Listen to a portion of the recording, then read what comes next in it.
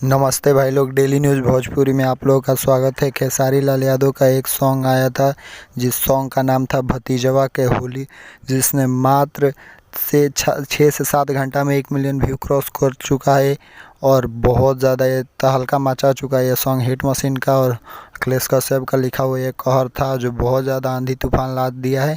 और ये सॉन्ग मात्र 6 से 7 घंटा में 1 मिलियन व्यू क्रॉस कर चुका है और 1.5 मिलियन के पास कोई यूट्यूब हैंग कर चुका है और अपडेट नहीं कर पा रहा है ये यूट्यूब इसको। और जब तक अपडेट होगा भाई लोग, बहुत ज़्यादा तहलका मचा रखा हुआ है भाई लोग। इसी तरह इसे प्यार दें, खेसारी लाल यादव और अखिलेश कश्यप के कहर को इसी तरह आगे बढ़ाएं लोग। यही न्यू अपडेट था, तो इसीलिए भाई लोग सोचे कि बता दें आप लोग से। और बहुत जल्द ये 2 मिलियन जाने वाला है।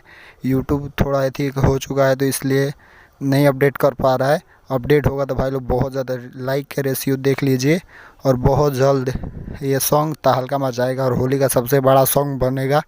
ठीक है, यही न्यूज़ था भाई लोग। तो भाई लोग इस चैनल पर नए आए हैं तो सब्सक्राइब बटन दबाकर बेल आइकन ऑन कर दीजिए कि जब भी वीडियो आए आपके पास सबसे पहले पहुँचे।